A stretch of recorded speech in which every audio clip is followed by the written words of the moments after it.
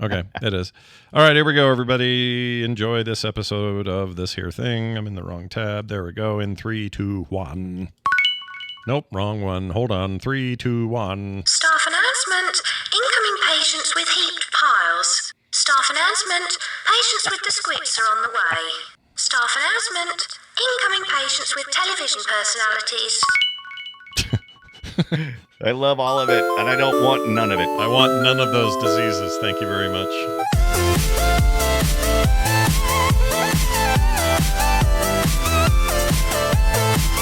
Hello, everybody. Welcome to Play Retro. This is Play Retro. I'm one of your hosts, Scott Johnson.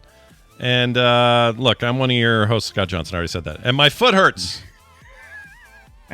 Apparently, I'm also repeating phrases. My foot hurts. Perhaps I should go to the ER at the theme hospital. Surely they won't ask me to put my leg in a shark's mouth or eat a 8-pound pill to feel better.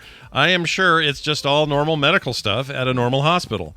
Now, where did I put my insurance card?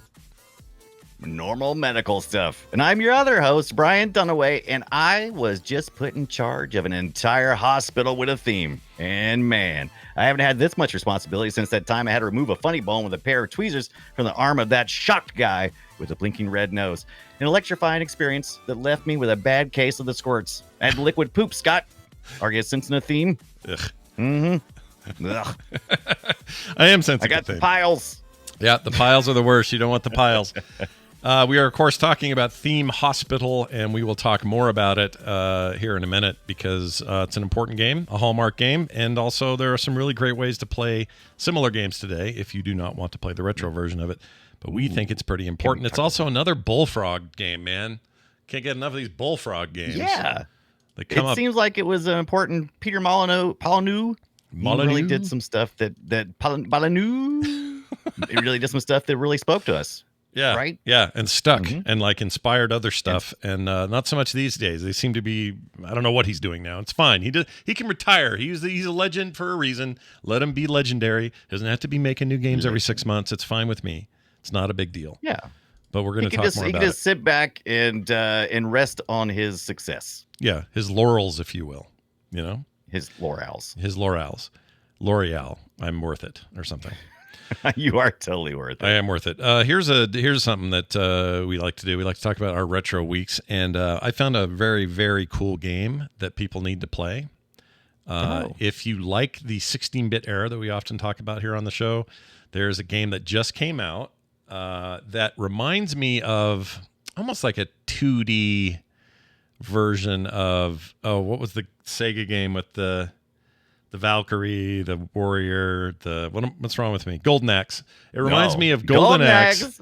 It's like Golden Axe. The way you described it almost sounded like Gauntlet, but yeah, you're right. The Golden Axe. Golden Axe, yes. Baby. For some reason the screen isn't showing. There we go. There we go.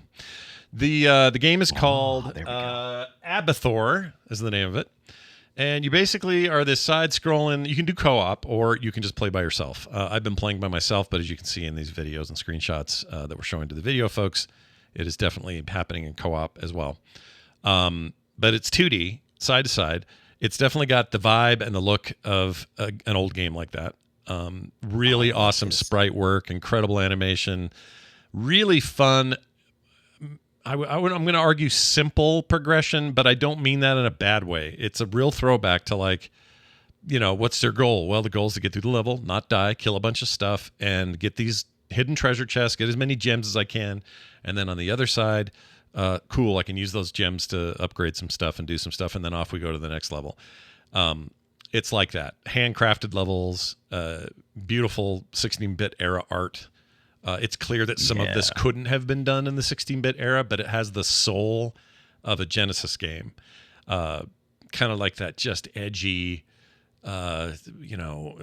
great sprite work, big sprites. Bosses. Let the big bosses. Big gnarly bosses, exactly.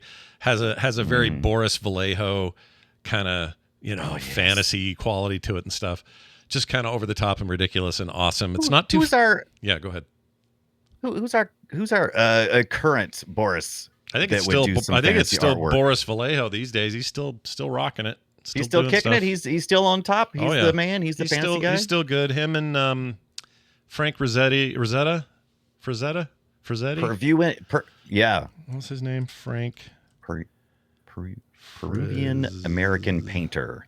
Boris, yeah, he's still doing Frank his thing, Frazetta. man. Yeah, Frank Frazetta was kind of the king. I think he passed though. Who is? Oh, he's painting with somebody. Who is? Oh my gosh! Oh, they're going to have to pull that down. So Julie Bell. Apparently, I just went to his borisjulie.com. This is some interesting stuff. Official fantasy art website of Boris and Julie. Interesting. See, he's got a TikTok channel I follow, and he's painting on there all the time and stuff. But there's a ton of fantasy artists working today that are really, really good. So good. Yeah, my favorite probably was Frank Frazetta. He passed though in 2010. His artwork is insane. Boris Vallejo probably a close second. Julie Bell you mentioned, and they work together, I guess. Yeah. Gerard Brom, don't know him, but let's see. There's another good one. Familiar. There's another one here. Keith Parkinson. I miss getting magazines like that from that era. Fantasy magazines. It's great illustrated stuff. Oh my god, I miss I love that stuff. You're not wrong. Why do I miss it? We have more access now than ever. I could just go get it. Do yourself a favor sometime and Google the art of this. May not be for everyone. It's definitely for me. But Google the art of this guy I'm putting in our thing. I don't know how you say his name. Darazio Zawadsky, something like that. I think he's a Polish artist. Silent, right? Yeah, he's a Polish artist. Darius? I don't. Is it Darius? I don't know. Zawadsky. He's something like that. Also passed, I believe. Maybe he's still around. But his art is so freaking cool. Oh my gosh. Sorry for butchering your name, but we really love your work. Yeah, it's kind of got a. Oh, it's got kind of future fantasy, steampunk. Just a little bit of a little bit of Giger rather. Giger, yes. Pronouncing it properly. Thank you. I called him Geiger my whole life, and now I saw a documentary, and now I'm like, well, I can't do it wrong anymore. But anyway, he's awesome. But yeah, I don't know who Top Dog is now, but I love this stuff. Huge fan, and this video game is filled with this kind of vibe. It's really cool. So it's called Abathor, Abathor. It's on Steam for 10% off launch price. $13.49 is all. It's normally $15, and I want to say this might be one dude or two dudes making it or something. Two dudes in a game. 2D arcade action platformer. Man, yeah, we gotta. We'll have to find the inspirations and. We gotta do Golden Axe at some point. Golden Axe isn't. Yeah. Did we do it not? Yeah. Okay. I don't think we did. And I should say Golden Axe was also 2D, but it was on a plane, so you could move up and down the plane, right? Like there was a foreground and background that wasn't 3D, but you kind of moved in that way. This game is purely two-dimensional, like 2D. There's no like 2D, XY or wait, XY? Yeah, there's no XY axis on it or Y axis, whatever I'm saying. Anyway, it's great. Cucumber. Check it out. Abathor is the name of the game, and it's available now, and it runs great on Steam Deck. Should mention that. Yes. Brian, what'd you get up to this week? Anything fun? Well, I've continued to play some of my World Championship NES edition, and I'm trying to earn the right to have this golden card on my desk. Right now, I haven't been doing that great. Everything I've entered into every week they have a set of challenges, right? And this is where the online part really comes into play. And since my 7-day trial has expired and I paid officially for the Nintendo Online, I guess I better get busy with it. But I think it goes from Monday to Monday. I think we're in week 3 of the challenges, and I have went in and I've completed most of them except for the long boy. So there's like in the series, there's always at least one that's like super hard. It's like about 15-minute run where you have to really complete everything in that. I think it's Mario this time around. And I think you've got to clear like from level 1.12 to like 8 or something. You can use all the warps and stuff. There's like a 4-page instructional document on how to do it. And I just haven't been able to do it, but I have been A+ing and A++ing all of my other challenges, like Donkey Kong challenges, Legends of Zelda challenges. But I'm hearing from people that to really place in any type of place where you're going to be in a world champion, you got to get S's on everything. And I'm not S in everything. I'm lucky to get A's on most all my challenges. in this thing. Yeah, you So always I'm working towards it. you always hear people saying you got to go you have to do S tier, or that is an S tier ship, or you earned the S tier, whatever. I am not that guy. Never ask me to do S tier anything unless you mean Scott. That's it. I've gotten a few S's, but there hasn't been in the weekly challenges yet. So you get to play the single player where you can just kind of fart around against yourself. Yeah. And I've gotten some S's there, but I haven't done it elsewhere. So I'm not going to world champion yet, man. But it's only had 2 weeks. 2 weeks. 2 weeks. And so hopefully I'll start getting better. And I just want to get in the top 1,000. That's not so much to ask, is it? Is that so much to ask? No. Maybe we'll see. I think you can. But recently I mailed Scott some things. And one of the things I mailed him was it's one of these things. So it's a hyper mega. Oh, these are awesome. A hyper mega device. Yeah. And they take Evercade carts. Evercade sells real ROMs that are licensed, so you can play these old school games. And this hyper mega handheld unit is basically a way to do it on a handheld way. And I kept this one that I have with the super fight, the Mega Man, the 1942, and all that stuff. And I sent Scott the other one, and now Atari has one coming out, a Super Pocket Atari with some Pocket Atari things I'm pretty interested in. They're like $59 or something. And these take most of the Evercade cards. You have to look for compatibility. But pre-orders now. I might have to do it. I just love how these little things look. I love them too, cool. Dude. And they're really great. They feel sturdy, and they just are like a nice, tight little experience. Like when my kids were little, this would have been the gift I'd got all of them every year. Like just get them new carts for them. They would have loved it. Yeah, $60. You can switch out the Evercade carts. You can buy more Evercade carts. They come in these little boxes and stuff. Like I got this multi-game arcade one from Interplay Collection 1. And you get to feel all nice and cozy. People always asking us, where do you get ROMs from? Well, you can also do it in this day and age. You can also do it legit. You can actually get the real ROMs, right? Brian sent me one that was the Taito one. Yeah. The Taito. I think it was the Taito one, correct? When we did the which one was doing, I can't remember, but yeah. Anyway, I played a ton of Bubble Bobble on there. Bubble Bobble, that's what was on it. In fact, that may have been the game I played the most, or that's where I played Bubble Bobble the most the week that we covered that game, and I was happy to do it. Yeah, it's really good.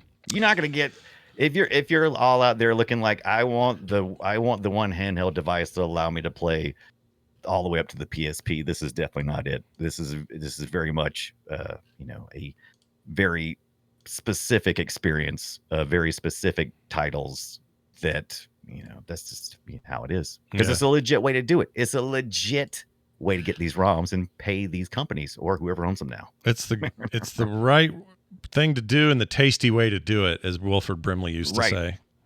Never forget what that guy had to say about things. He had, he was wise ideas above his years. Yeah.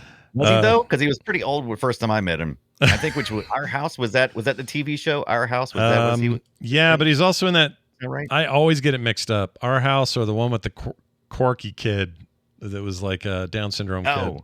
His name was Quirk. Yeah. What was that? Quirk or something? Yeah. What was that, dude? Quirk. I can't remember. I just have like flashes of visions of what you're talking about. I know what you're talking about. It's a boy. It's something like what was it? I don't remember. Anyway. I can't remember. We're going to a rabbit hole if we got to be careful. Yeah, rabbit holes are dangerous. You're in a rabbit hole, you're going to die in there. So don't do it. Yeah. All right. Well, that's all well and good. What else is going on here? Oh yeah. We got a video game to talk about. Yeah, that's right, folks. Oh. Check this out. It's a game we're going to talk about. It's called Theme Hospital, and you're not ready, but we are. Shall we play a game? Theme Hospital came out in the year of our Lord. I don't have it written down. Where is it? 1997. There it is. Not quite 2000 yet. Yeah. There it is. Here's how it worked. So you basically... When I first heard about it, I was like, I'm not playing that. That sounds boring. I don't want to do a hospital simulation. I don't care about patients and the money and the whole manage it. So stupid. No, we don't have enough bathrooms. That's boring to me on the face of it. Yeah. But then I dug in and went, wait a minute. And this is back then. I was like, wait a minute. Yeah. this game is weird. It's not normal. Right. Nothing in here is normal. And so it's like fake maladies and fake fixes for them. And they really leaned into that. So it's like people come in with a light bulb for their head when they shouldn't. That might be 2 Point Hospital, but I get them mixed up because I played a bunch this week. But it kind of looks like that because in Theme Hospital, one of the first maladies you come across is this enlarged head. Yeah.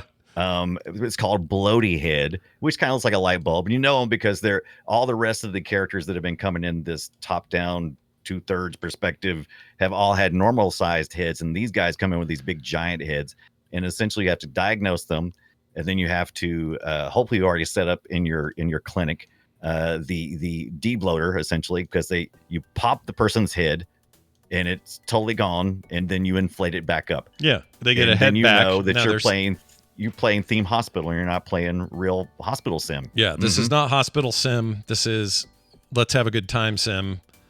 And it works extremely well in that way. And I was wrong. So when I finally played it in the 90s, late 90s, I was like, man, this is rad. I want to play this forever. And I did. I played a lot back in the day.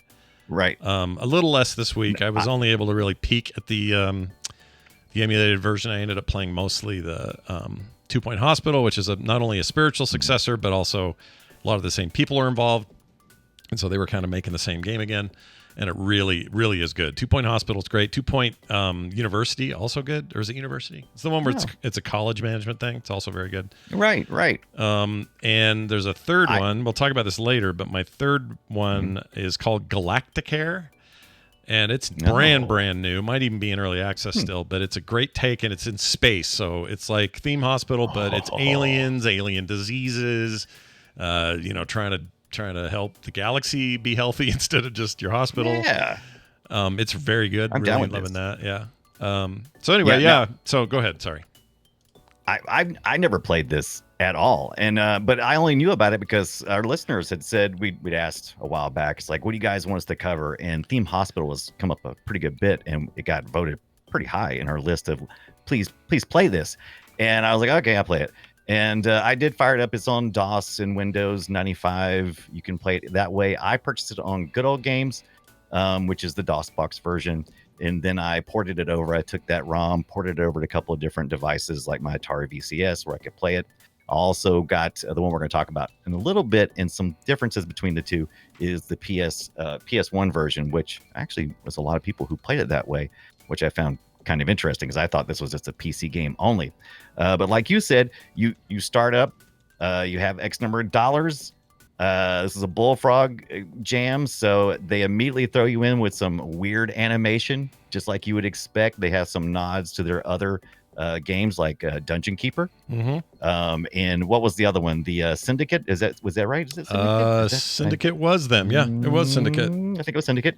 So there's a couple of nods there. Immediately, I almost turned it off because immediately they start having all this. The intro movies are all these pre-rendered bubble 3D stuff like you would see back in the day. It's terrible. With no textures and when the doctor would make facial features, it was like stretching it was all just, so it was no multiple components to the 3D objects. It was more like it was wrapped in some type of texture, and then they would pull the shape of the circles so that the texture would pull, and so it's really creepy. Yeah, it's not really creepy. Not my favorite thing about it.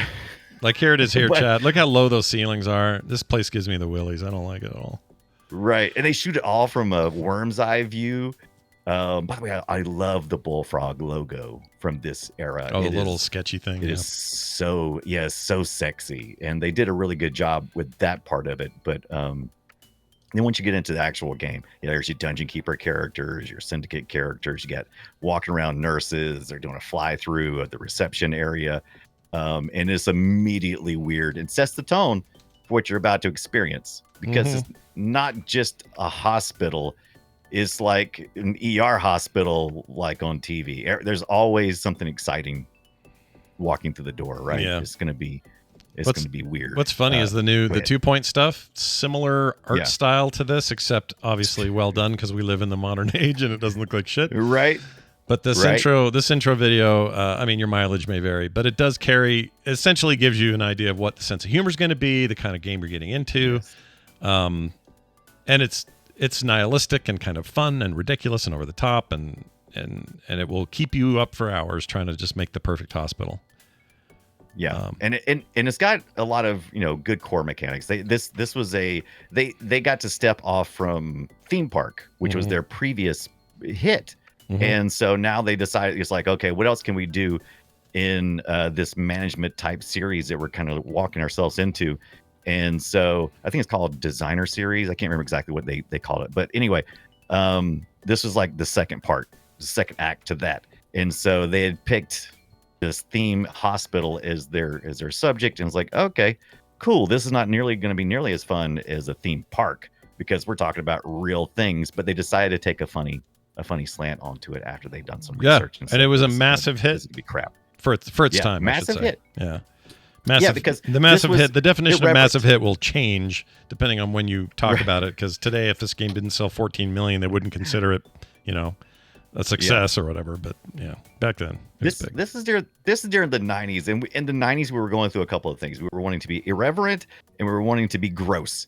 And that's where your humor lied at, and so that was represented here in spades. We've got you get to hire your staff. First of all, you get your hospital, and there's like scenarios. So you start out with a scenario. You've got to complete certain task, like you gotta treat so many patients and send them out the door alive. You can kill patients here, on purpose or on accident, and so. You get in there, you start laying out your general practitioner's office, some diagnosis centers, so they can kind of do the research that's going to be required for, figuring out what's wrong with people and to healing them, including bloaty head and the King syndrome, where people think they're Elvis. And there's a bunch of really great slack tongue, which is really gross looking because the characters walk around with big tongues hanging out of their face. Sometimes they're easier to spot. Some things you go like, oh, I know what that disease is. Other times, it may be psychiatric that you have to set up, which you do get to set up.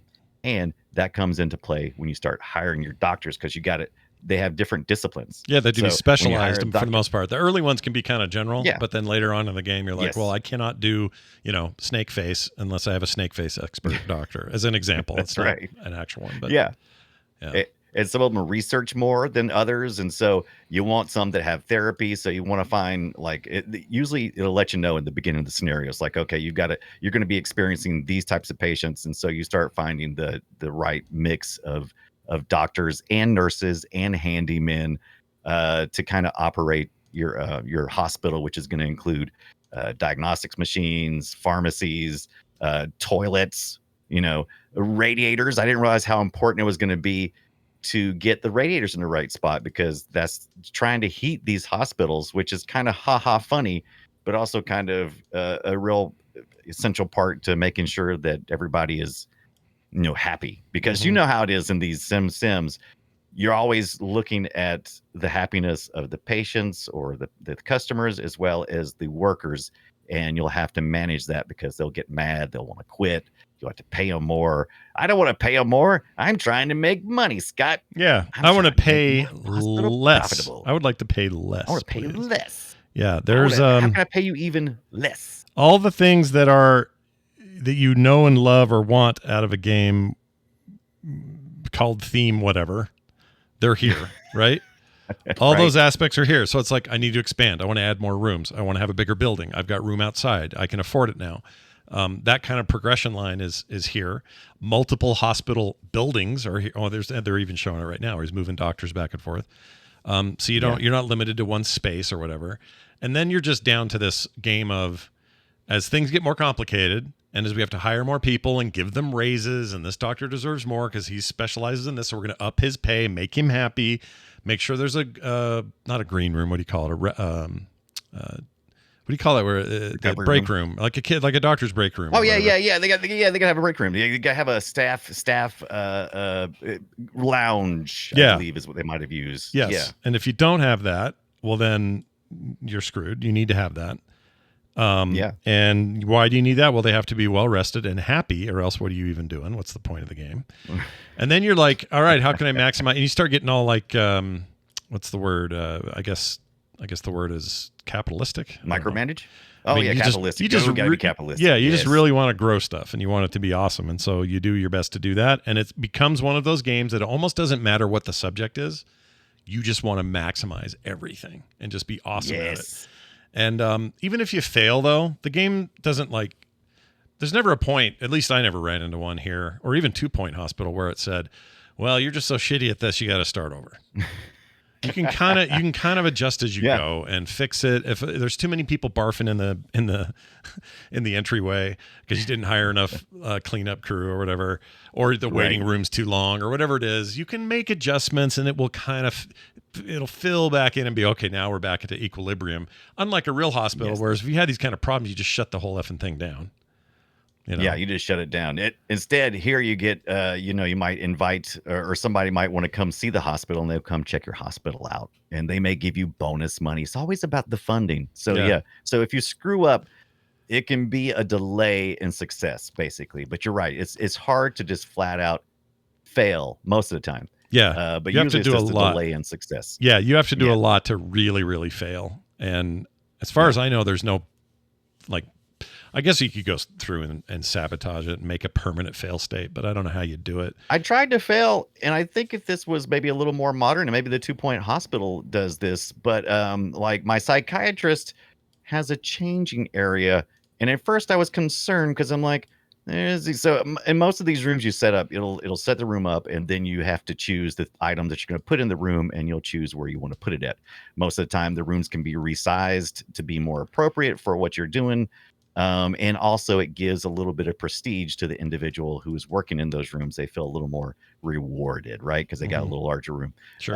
But I noticed when I set up my psychiatrist office, I had 3 elements. I had a lounge chair for the patient to lay on, classic stuff, and then a chair for for somebody to analyze the situation. But there is a changing blind, which I was used to seeing in other rooms. Like, if I had, it feels a surgery area or something, you want to have a changing blind where your patient can go behind and change into their little outfit or whatever. But I'm like, why does the psychiatrist need for people to change clothes? And I'm thinking, I'm definitely going to get sued for that. But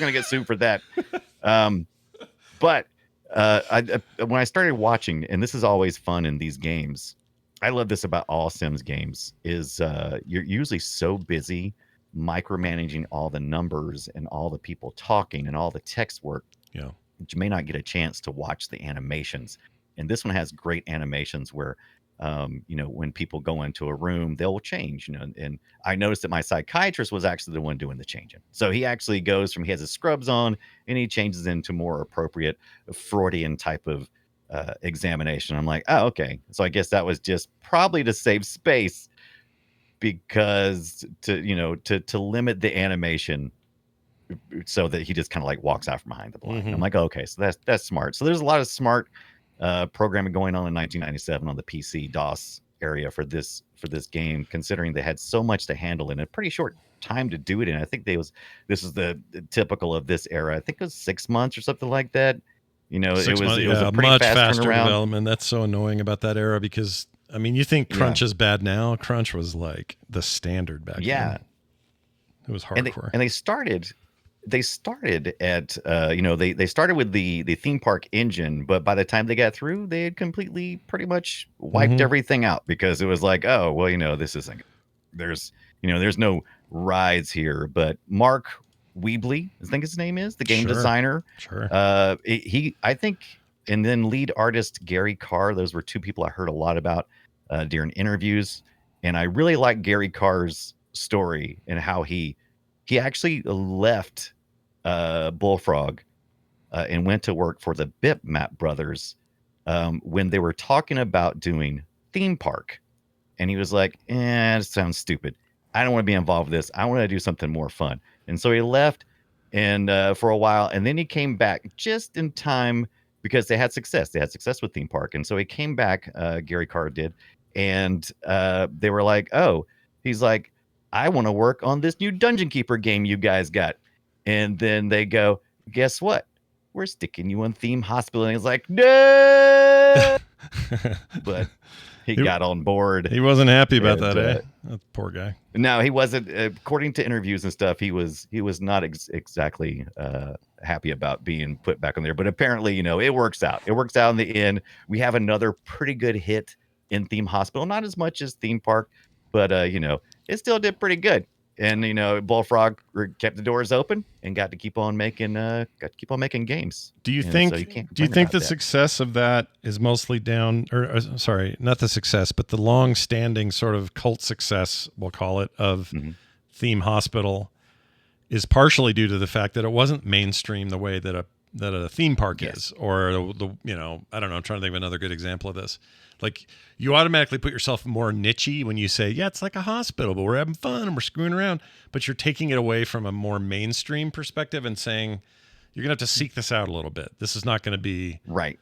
It's kind of hard to explain because I can't think of a good example, but it's like, if you're a studio known for doing fantasy RPGs and your next game is a sports game, like, you're asking for confusion.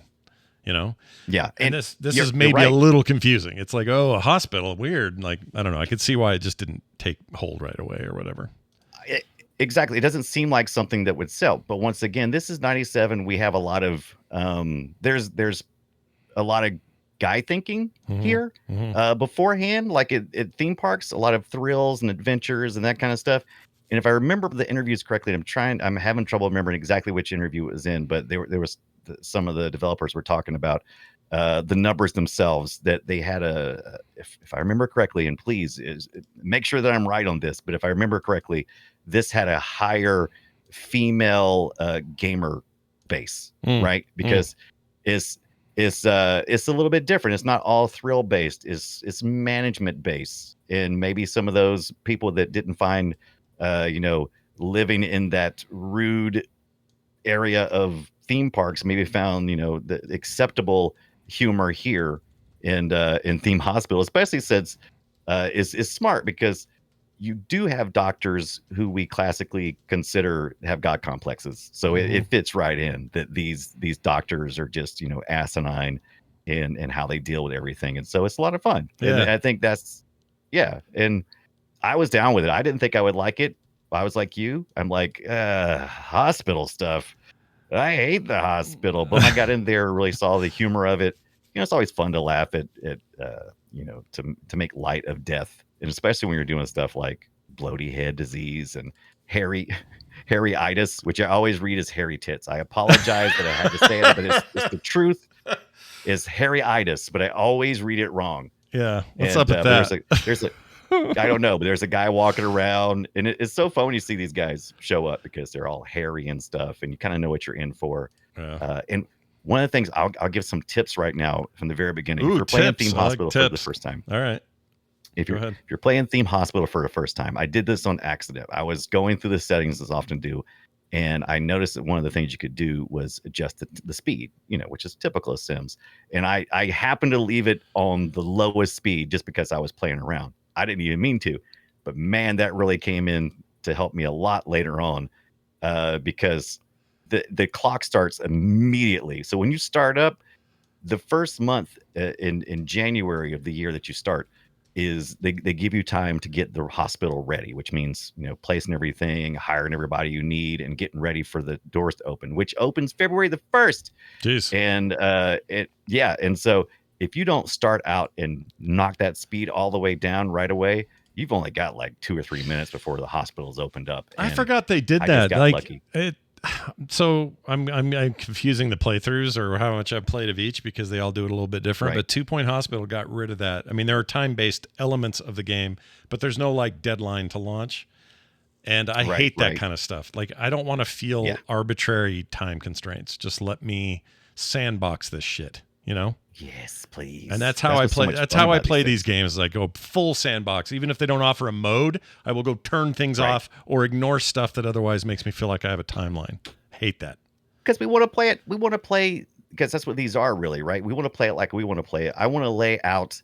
I spend probably the most amount of time in these types of games just trying to figure out how I want the floor plan to be laid out. Like, I want my general practitioner's office next to my therapy office, so that if I diagnose the person when they come in, I want them to be able to walk directly over, and I want my little character to only have to walk so many steps to be able to give that treatment. And so these are all things that I want in my purview to be able to have time to lay out and do. And when you rush me, I'm like, I just feel like, I want to lay everything out quickly for the people to get here. And I don't want that. How do you play? How do you play these things on the speed settings? Like this video we're watching, they got it cranked almost to max. Yeah, I think I never do that. It'll probably change later in the game for you. Like the further in you get, the more you're happy to turn the speed up because you have stuff you're just waiting to get done and you don't want to wait. There's a reason it's there, but I tend to not play these. I might play these on like 2x, but like the 3 and 4x options, I can't do that shit. No, I feel only like for like a second. It gets away from me. It's oh man, where's this game going? The only time I do that is if I just do a burst. Like if I'm like, oh, I forgot to build this one thing and everything has come to a screeching halt because I forgot to build that thing and nothing's getting done anyway. Yeah. And I will 4x it then just to get that thing built so that I can go back to managing stuff. Yeah. But typically I play it. I started off at the lowest speed possible. And then once I got everything set up and I was ready to open a hospital, I would hit about middle. I would just do the middle speed and just do normal speed, which is a little fast. The characters are walking around a little fast, which is good because it takes a while, even once you open, because you got to deal with your reputation. Oh, right. And right. So before you have a reputation, you don't have a lot of people walking in, and there's other competing hospitals being opened up in around town. So you got to keep that. If you don't have your reputation high, then they're going to go to another hospital. Yeah. And you don't have that. What are you even doing? Yeah. What are you even doing? You got to beat, I forget the names of the hospitals, but I do know it's like Colossal or something like that. But anyway, I usually did pretty good. Now I only made it to maybe level 4 or 5 organically on the PC version. There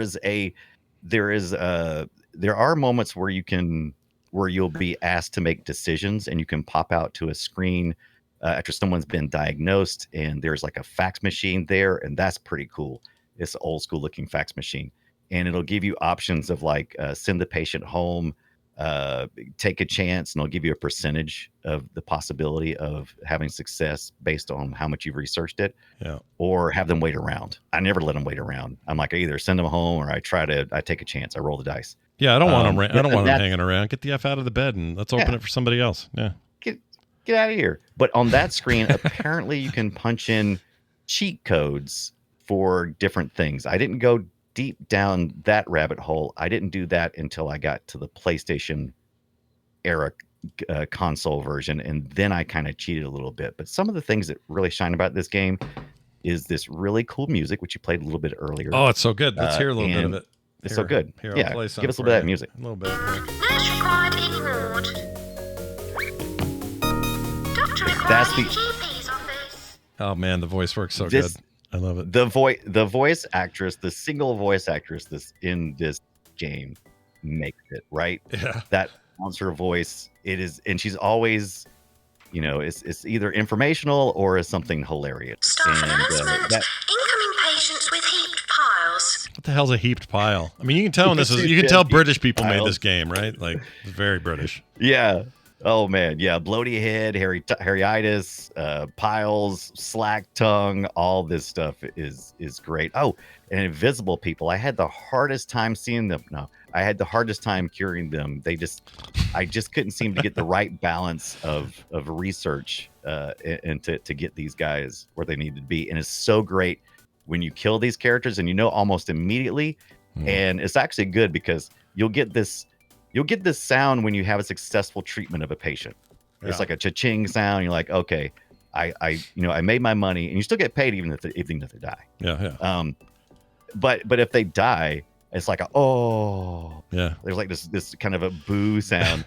And at that point in time, you'll be somewhere else in the hospital doing something. Your nurses are taking care of everything, and you'll hear that noise like, oh crap, and you'll scroll over and you'll see a bloaty head or an invisible person has drunk a potion and they're becoming visible, and then they'll walk out of the treatment room and then they'll just die. They'll just kill over, and then they'll flap off with their little wings and stuff. So you get rewarded for all these little with these stupid. But that's what I like about it. If you had more than a couple of deaths in a regular hospital, they are shutting you down in real life. In this thing, it's like I got 14. I got 14 angels floating up. It's like it's fine. I'll fix it. I'll get around to it. I'll get around to it. I've got things to do. Actually, that's the thing I like about the game. This game knows, as a sim, this game knows it's a game. And it leans into the fact that it's a video game. It's taking the motif of something and gamifying the living hell out of it. And I respect that. Yeah, the Games Radar has a really good interview with these guys. I think it talks to Mark Webley, the game designer, and Gary Carr. And let's see, here's some of the quotes right here. So they were doing their usual research, like with theme park, they had to go out and research a bunch of parks. Oh, poor you. You've got to go out and ride all the fun rides and stuff. But now here they are. Right. So now here they are, and they got to go out and research hospitals. And so this is what Mark said. He says, "We found that hospitals are really dull." Mark recalls there were tile floors and boring walls and occasionally a desk and a vending machine. Our research was getting us nowhere. Needing a greater insight, they wrote to the hospital and asked if they could be shown around formally. Negotiations didn't go too well. This is in the UK. This is not in the US. No. They wanted a percentage of the profits of the game. These hospitals wanted a percentage of the profits of the game. I don't know. For what? I mean, I understand a flat fee or something maybe, but they want a percentage of the profits, whatever. And that wasn't going to happen because we didn't know if there would be, if there would even be that kind of a game, if it was going to get that far. No, but yeah, not unusual though nowadays. Like if you're making a game and it's like, I don't know. They do this at Pixar too. Like if you've got a certain setting and you really want to hammer that setting home, you fly a bunch of these designers out to a place like that and you let them experience it, see the animals they're going to have to create, see the people they're going to have to create or whatever. I think that's a wonderful idea, especially if you're going to see like a national healthcare situation in Europe where you're like, all right, this is how it's done. Now, we heard this doctor talk about a very serious brain tumor that's real. How can we take that scenario and cartoonify it and call it something else? Yes. And put it in our game. Like, it's a great way to do it. What a great way to get inspiration and stuff.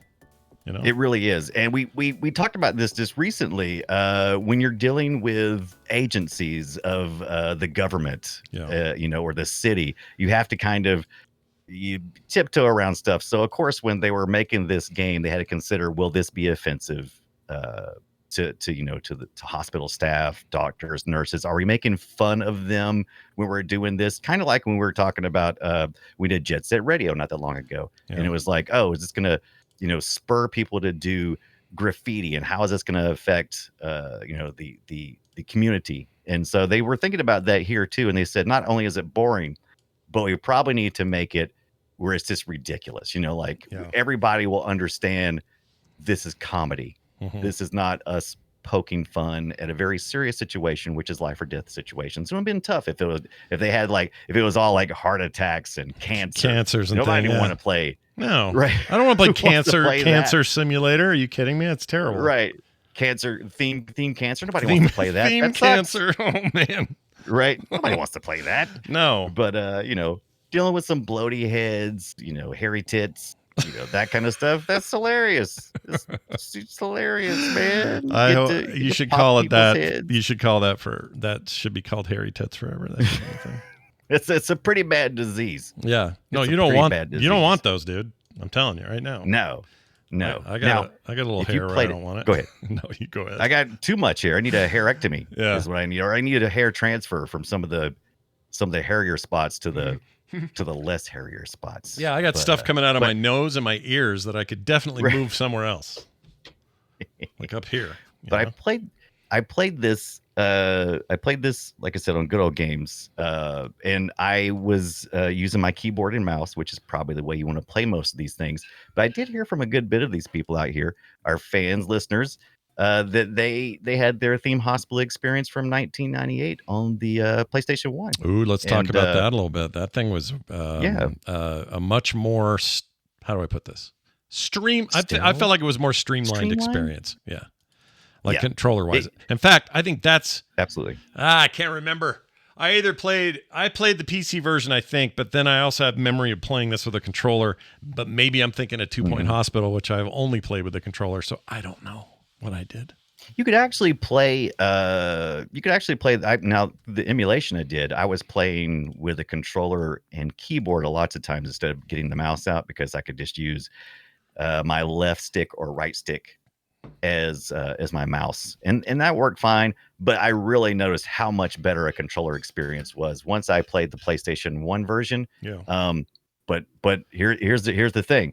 Remember that great music we had Yep. in the PC version? Yep. Gone. Out. Gone. Yeah. Now the announcer's still here, and it's on a CD, but they could apparently only stream. They only had like one stream channel or something they could use, so the bit rate is higher. So the announcer sounded better, but there was really only sound effects and no music. Yeah. So listen also, to this. Just that right here. Here's yeah. some examples. So he's in the menus. It's just clicking buttons. Door opens. Doctor required in GP's office. Yeah. No music. Mhm. How do you do that No on a music. brand new multiplayer or multimedia device like the PS1? What's going on? They had to make a lot of cuts here to make this thing operate on the PlayStation. So some of the things they cut out animations. Some of the most unintentional feels intentional thing was they had to cut out all people of color because Jeez, they why? only could afford the sprite. They could only afford the sprites that were all the same color. So it's like, I didn't know that. It's That's like- funny, dude. it's like, maybe you should just try something. I don't know anything, but yeah. So it's this one's very much whitewashed here, or only pale people sprites due to the memory limitation. So you're gonna lose that. Also, on the PC version, there were two resolution modes. You could do either low resolution mode if your PC can only handle so much, or you could do a high resolution mode, which is a little smoother. Everything was a little more smoothed out, and that's the way I played it. But on the PlayStation, there was only the low resolution mode. But here's the important part. Here's the most important part of this one. Yeah. This one allowed me to jump around. So, and really easily too. You can very easily look up the codes to jump to every one of the different scenarios along the way. So usually what happens is you play a scenario, you complete it, and then at the end you can choose to continue to play, or they will move you to the next scenario where a doctor making more money typically. And so that's usually what you want to do. On the PlayStation version, there's a real quick cheat sheet online where you can just type in, I think it's like an 8-digit code that involves the different face buttons, and it's very easy. And so I got to play some of the layer levels on this instead of struggling through trying to make it through all the ones in the PC version. Much quicker. If you want to get in and out and get a little taste and experience, I think the PlayStation version is probably the way to go. Interesting. Longer load times even in the emulation, but that's what I was going to ask you, control because they also have to fake like the memory card access with emulation. So there's always waiting for that shit to go on. I hate that. Drives me crazy. And some of it's because of the way the checks are in the game. So you have to run it at a certain speed. Otherwise the emulation may get broken. And so then it crashes. So sometimes you can speed that stuff up and sometimes you can't. And in this one, I didn't try to push it too far. I just enjoyed playing in bed, playing some Theme Hospital. Real simple controller layout once you learn it, because it's trying to emulate everything that's on a keyboard, and it does a really good job. The menu items are hidden, but you can get to them pretty quickly if you remember. Square pulls up this, triangle pulls up that, and you have to become an expert at that memory control. Yeah, and, but I like that experience. I was going to say every game seems to. Well, I don't know about today. These games are notoriously hard for controller conversion because they're kind of designed from the top down as a mouse and keyboard experience. So whenever they get that right or close to right, I always respect that a lot. It's hard. It's hard to do.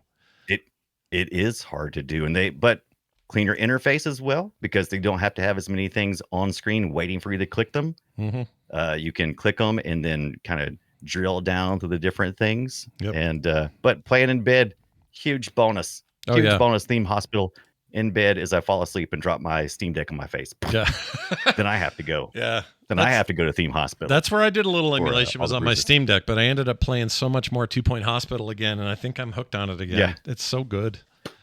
I didn't get to that at all, but I did take it to the next level. There was a community project that launched, I'm not sure exactly when, but as we've seen with a lot of these, especially PC games, we see these community supported things. And if you want a higher definition more control, different layout. Very much reminds me of what I was seeing when we did Roller Coaster Tycoon. Yeah. It reminds me kind of that. Not as robust, but there is CorsixTH. I don't know how you say it, but it's CorsixTH, uppercase TH, right? Sixth.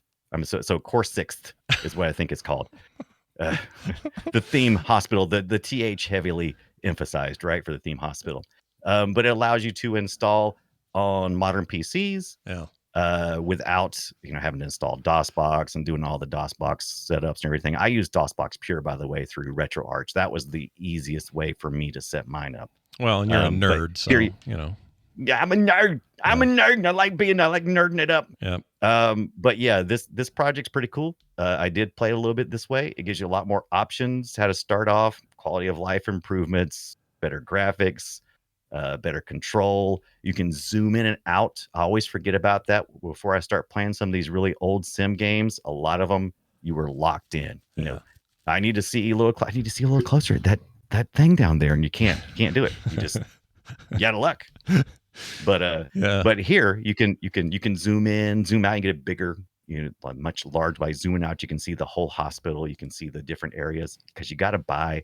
Sometimes you got to expand, and it's all pre-chosen. So you just kind of go, oh, we're in this building, but I need to add on, and I need to buy this building, and then that separates your hospital, and then you have to kind of manage that too. Well, the CorsixTH project has full. I didn't know this, but it has full 21 by whatever it is ratio, the full widescreen ratio. Yes, that must be very helpful. I didn't play this, but very helpful when you're trying to, see everything or get to where you want to go or whatever. Oh, yeah. This seems like the way to play it. I mean, how much more do we know about this community project? Is it are people on there all the time? Is this a thing that's like popular? Is it, I'd never heard of it. It's being developed. Yeah, I hadn't either. Of course, I hadn't really dug too deep in Theme Hospital myself, but it seems to still be actively being developed. I'm not sure if I didn't see any online stuff. I meant to go back and look. But I spent most of my time trying to figure out why the Kit Kat machines were the wrong color, but I didn't get a chance to get along to this part. Why is that Kit Kat? That's not the right color, man. Yeah. The Kit Kat machine. It's also available for no Mac version. That's sad. But they go. Oh no, they do. Windows and Mac OS. I'm sorry, they do. I thought it did. Yeah, I thought they had Linux, Mac, and Windows. I thought they did. Anyway, what is Flatpak? Contains all the needed independence. Okay. Yes, Flatpaks are great. It's just a package management. Okay. A little package management thing. That all right. I'm definitely going to download this and play with it. I want to see how this performs. I didn't get a chance, but you've messed with it a little bit, right? You played with this. Yeah. Like I said, I downloaded it, installed it. It works. It works fine. I didn't have any alerts, but yeah. So yeah, Flatpaks are great if you like to do that. Well, it's got the music too. Machine. Brought it all back. Yes, it does. Enhanced music. Ooh, I like enhanced music. And you have all the colors of the rainbow as well. You don't have to just play as white people. No, that's good. That's good. Well, there you go, everybody. Our look at Bullfrog's theme hospital series. It is worthy of your time. And I would also argue that these games that are like it are very good too. 2 Point Hospital from 2018 is fantastic. Some of the same developers and designers. This CorsixTH, as you mentioned, that community project, definitely worth looking up. That's it. Let's see, Corsixth.com. That's spelled CorsixTH, like sixth.com, and you can find all those details there. And then for me, this new Galacticare game is rad. Some people it has overall mixed reviews, but the recents are better, and I think they're just tweaking and adding and making sure performance upgrades go out. So it's one of those games where they're not done. But what they've got so far in this, some early access stuff, maybe. I don't know if this is early access or not. Let's see. No, but they keep adding, they keep tweaking and going all the way in. Like, I feel like they're really interested in seeing it through and making sure people are happy. So it's the kind of game I keep an eye on.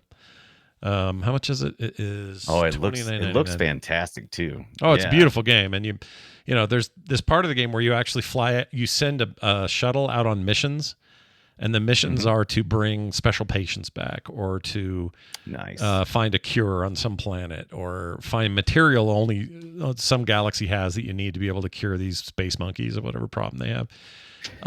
And they have this amazing little animations and crazy stuff you got to do. It's awesome. It's a very cool game. Would recommend Right. it pretty highly, and it plays really well on Steam Deck. It's another example of good controller support.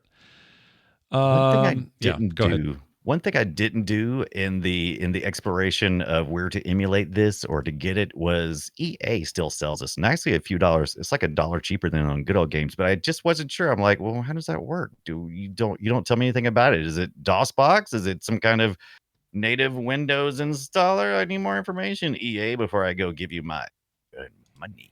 Yeah, I don't want to give you your money. So I don't know. F you and your money. No, you'll get none of my money. You'll get EA. none of my money, EA. Here's what you will get, though. A game of our own devising. Destroy it. This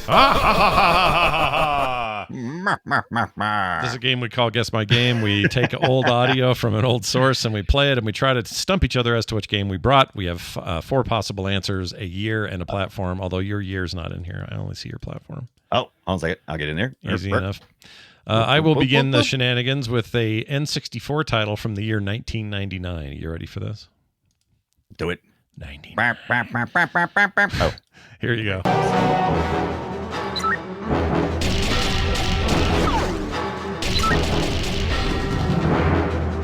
Star Wars. It sounds very Star Warsy, doesn't it? Very Star Wars. Listen to that gun. Hey. Come on, do the gun again. It's a different level. That right there, it's pretty unique sound. Ooh, All right, Brian, here are yeah. your options. This is, again, an N64 game from 99. Is it A, Goemon's Great Adventure? B, these are actual games. B, Jet Force Gemini. C, right. Win Back Covert Operations. Or I D, think I heard a baby crying in the background just now. you Go ahead. did. Here, I'll play it again. It's in the game. Hold on. Hold on. God, this sounds like Star Wars.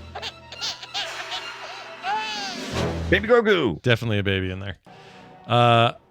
What was sorry? Jet Force Gemini, Win Back Covert Operations, or finally Fighting Force 64. So your names again, or your games again, are Goemon's Great Adventure, Jet Force Gemini, Win Back Covert Operations, or Fighting Force 64.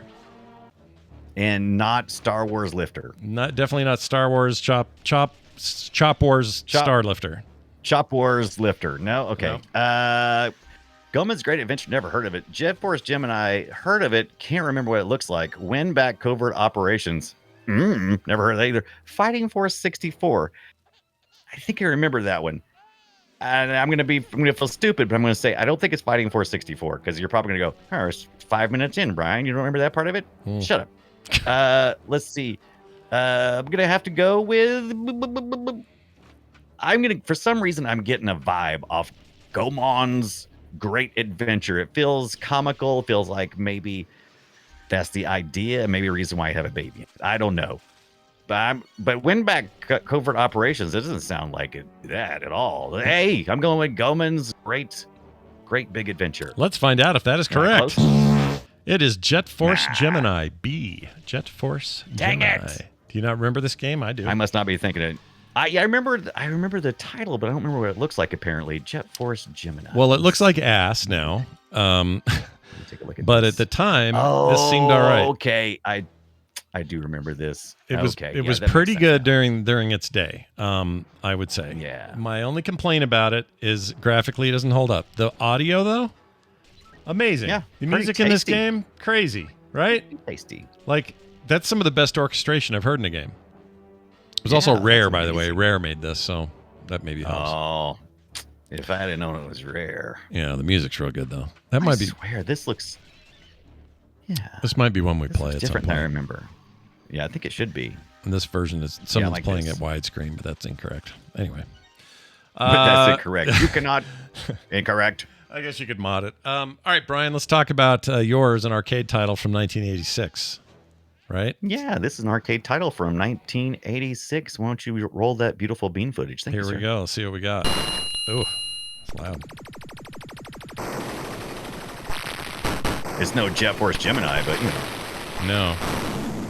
86. Okay. I think I know this, All right, but we're going here's to some- try it. Give me my answers. All right.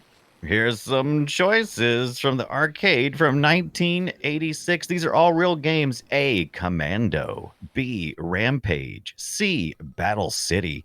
D. Operation Wolf. All right. I think now I'm sure of it. I'm almost positive. And now? I'm almost positive this is Rampage because I put a lot of quarters into that Rampage machine. Is it Rampage? Oh, I played a lot of Rampage too, but I don't recall Scott ever being correct before, but he is today. It is B. Rampage. There's that the big dinosaur hitting the things, and then the helicopter going. I mean, to me, the games that I spent, I always forget this, but Rampage is probably in the top 4 games I spent the most time on. Even though I don't talk about it a lot, it's not even my favorite. It's like not even close, but I played a lot of Rampage back then. The gameplay's not that great, but the sprites and the animation and just the whole vibe of Rampage is so much fun. It just enamored me back in the day. Yeah. Almost as it kind of reminds me of how I felt about Dungeon Lair. Is that right? Dungeon Keeper Lair. Dungeon. Dungeon. You mean the animated one? Yeah, Dragon's Lair. Dragon's Lair. Jesus, why was I thinking of that? Anyway, Dragon's Lair. I don't know. Awesome game, beautiful, fun to look at, but gameplay, meh. Yeah. Rampage, same way. I feel like the gameplay was it was a little rough, but man, grabbing people out of the towers and eating them, and the faces that these characters made. Yeah. So Rampage is cool. Immersive. It's also got a movie made, right? The Rock was in it. Did they actually make it? I thought they did. Hold on. I'm trying to remember if they made it. I remember seeing they were going to make it, and then I was like, yeah, 2018. Wow. Yep, wow. there it is. Rampage. We need to watch it. Film sack that shit. Let's get that in there. We need to sack it and then play the game the same week. We'll just like bathe ourselves in Rampage that week. Yeah, looks like it's pretty middling in terms of reviews, but I always meant to see it to see how they adapted this thing, and I never did. What'd you expect? Yeah, good point. We're only 6 years late. Hey, it's on it's on Prime. Is it? You gotta buy it. What do I look like? You got your money on. You got some cool actors in it. You got Jeffrey Dean Morgan, The Rock, Jack Quaid. Nobody else I know. I'm sure they're all great. If a monkey doesn't eat somebody and then make a face, I'm not down. You're out. Okay. Can't you spit those people down? I always forget whenever I play Rampage. I always think about the helicopter and stuff. There's always like people down on the ground shooting at you. I think you can pick them up too. Pick them up, eat them, step on them. You eat them for life. I thought. Couldn't you eat them to get health? I think that's right too. I think you can eat them for life as well. Doesn't one of them a flamethrower? You can like. Yeah. It reminded me of just imagining stuff. No, I think you're right. Let's see. There was a newer Rampage 2 exist, or am I smoking crack? You're probably smoking the crack. Let's see. I'm going to look at it right now. Here you go, chat. This is Rampage. Yeah, look, there was a hot dog on the side of the thing. It's for the deli, but you could eat the hot dog. You could eat the people. Mm-hmm. You could eat the helicopter guys. There was a stick some dynamite on you. See? Look at that. Oh my gosh, there's so much Rampage. Oh my God, this World Tour, Rampage 2 Universal Tour, Through Time, Puzzle Attack for the Game Boy Advance, I don't Total remember Destruction. I don't remember any of I don't remember none of this stuff. Yeah. I need all of it. I mean, clearly the first game was a hit or they wouldn't have done all this. So yeah, definitely a hit. Yeah, you're right. There's all sorts of platforms. Let's see. Rampage Through Time. What's the most recent? Rampage Total Destruction 2006. Oh, look at that art. Oh my gosh, dude. Oh my God. You know what? I love it. The GameCube. Yeah, GameCube. Look at this. Oh, I might have to play this one by itself. Total Destruction long play. Let's take a look here. Get some audio too. I think we're talking ourselves into doing a Rampage episode. That's what I think we're doing. We should at some point. Oh, look at those. Next time we go back to the arcade. That's weird art. Yeah. I mean, it's 3D, 2.5D, but oh my gosh, just tearing this casino to pieces here. Time. Also, there's a Vegas sign back there that says Prime Rib $9.99. They haven't had that in about 30 years. Damn. All right, I'd play this. Sure. Oh, I love it. Yeah, I'd play this. This is great. Yeah. That's the Oh my word. The gosh, big wolf. There's a big wolf. There was a big Look, dinosaur and a big monkey. Right.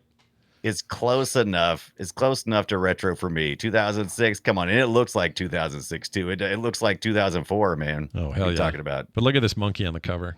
The ape. I love this. Looks like they ripped that right off somebody's student's desk. Is what it looks like they ripped that off. Or somebody's tattoo on a biker gang or something. Yeah. But it's also, those teeth are really doing the heavy lifting there. Look at that. They really are. I love it. All right. Well, Rampage. Yeah. Rampage, you have a future on Play Retro. I can tell you that. Yeah, it's coming. We're coming for your rampageness. Good job to me. 12 plus. Yeah. Peggy 18. I'm a winner. You're not a winner. Let's see. What do I play for you? Yeah, good job. That was good. Good that job. was my winning sound. This is your losing sound. There you go. We got a welcome something to retro moment. What can I play for that? I still need something. So for now, we'll do the C64 laugh. We'd like to welcome the Evolution Championship Series. It is a match of Street Fighter 3 Third Strike. I never played this. This is a little bit different. So this is a little different than we usually do. Usually we do Welcome to Retro. It's been 20 years, and there was a couple of games up for release at that time. Yeah. But I thought this was also very important. This is 20 years ago, Right. a moment of history. You may have heard of the Evo Moment 37, and if you don't, you probably would recognize the clip you see of it, because it's like the first time I really recognized that people just weren't into esports. People were into being to the story of esports and watching somebody go the championship level. And that's exactly what this is. If you could play that video, it's a lot of screaming and yelling, but it's the Evo Moment 37. Let's just play this.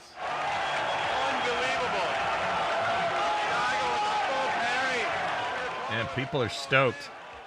When did this happen? 2004? Yeah, that sounds right. Yeah, he's blocking all that crap. He turns it around and manages the KO. And people were so excited. Oh, okay. So about this is, okay. I like welcoming an event to retro, not just games. I like that. Yeah. It's an important moment in retro history. Now 20 years in the past. Jeez. All right. Well, welcome to retro moment in history. Welcome to retro, baby. It's good to have you back. All right. Time for some listener feedback. Welcome to the treasure room. Sometimes we take texts and voicemail. Sometimes we take emails. And today's one of those, email day. All right. For example, Peter Shannon wrote in, says, "Hey, Play Retro. I love the New Zealand story more than any other platformer ever growing up. The New Zealand story. Never heard of it.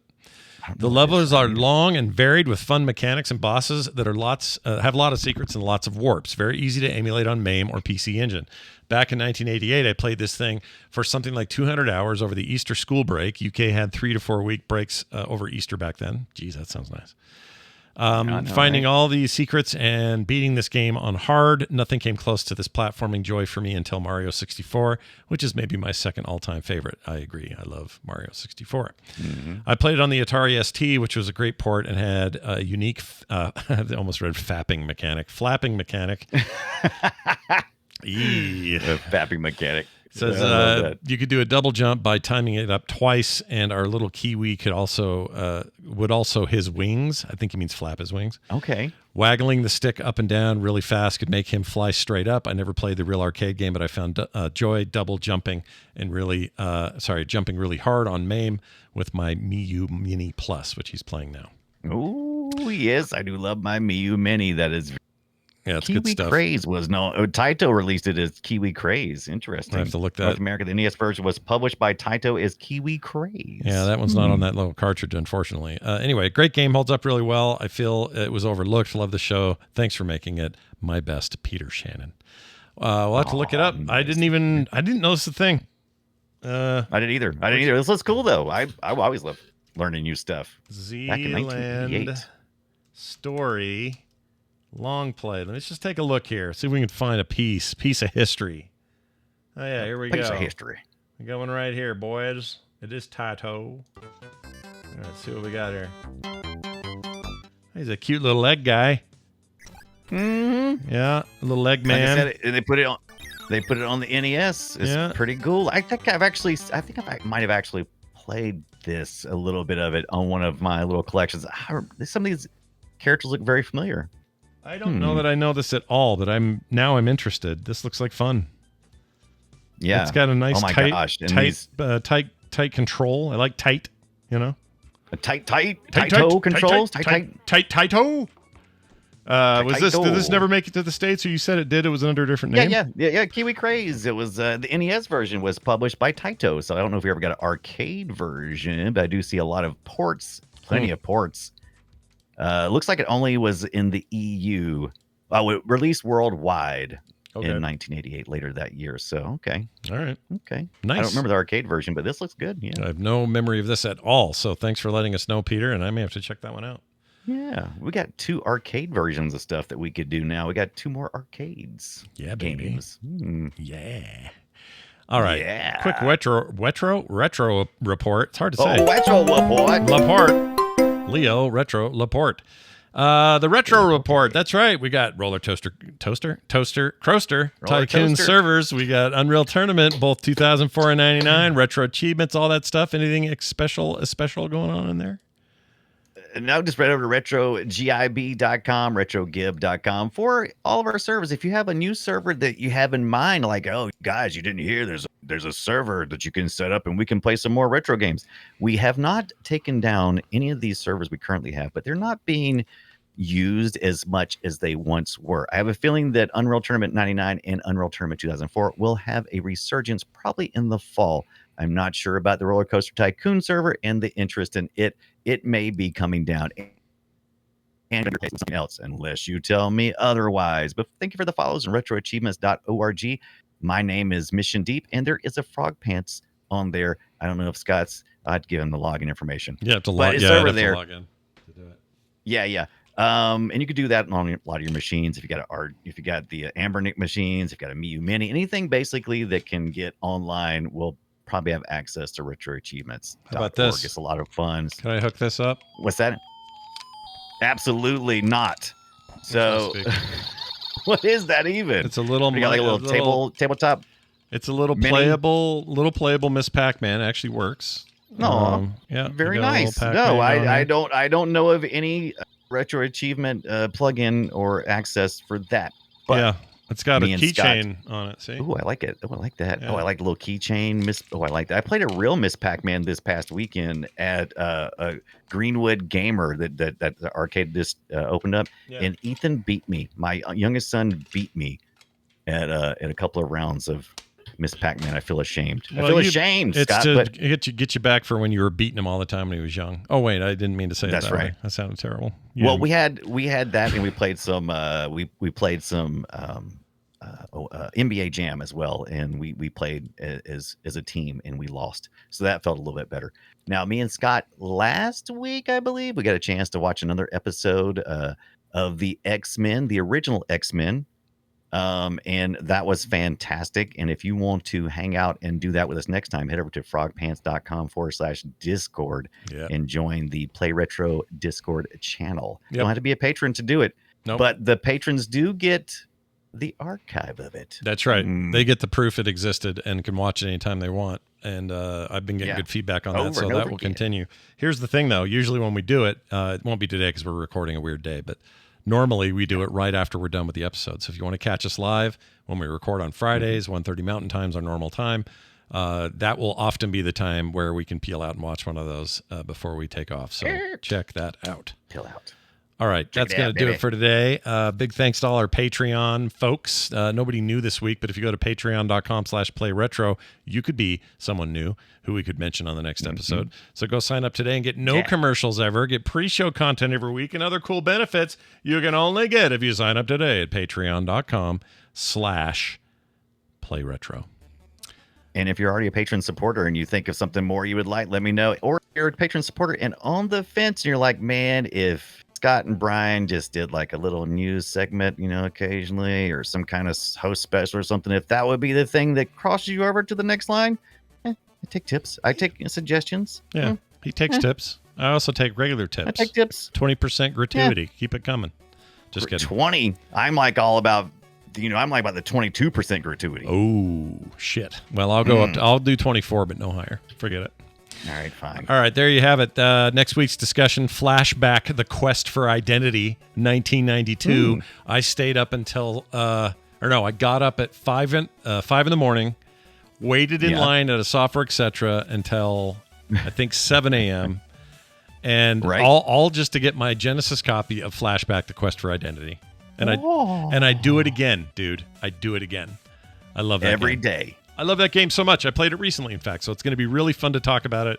Also, why the supposed second one, the sequel that just launched last year or early this year, was kind of terrible. Which is a real bummer. But Delphine Software from France made the first one. It is one of my favorite games of all time. Will it be yours? Well, you have to find out when you tune in next week and we talk about Flashback for the Genesis, Super Nintendo, and other stuff. That's it for us. And other stuff. Hey, Brian, is there anything else you want to mention to these fine people before we leave them in the lurch for another week? Absolutely. If you do join the Discord server, look me up because we share our friend codes, and I'm busy trying to beat all of you people at your Nintendo World Championship NES edition. I am ready to defeat you. Sounds good to me. Get beat by Brian. Go play something retro. We'll see you next time.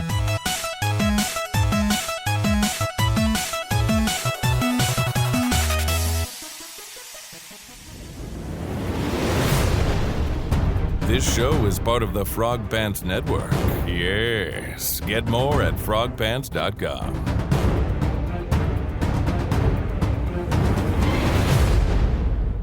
Incoming patients with gastric ejections. Yeah. Gastric ejections.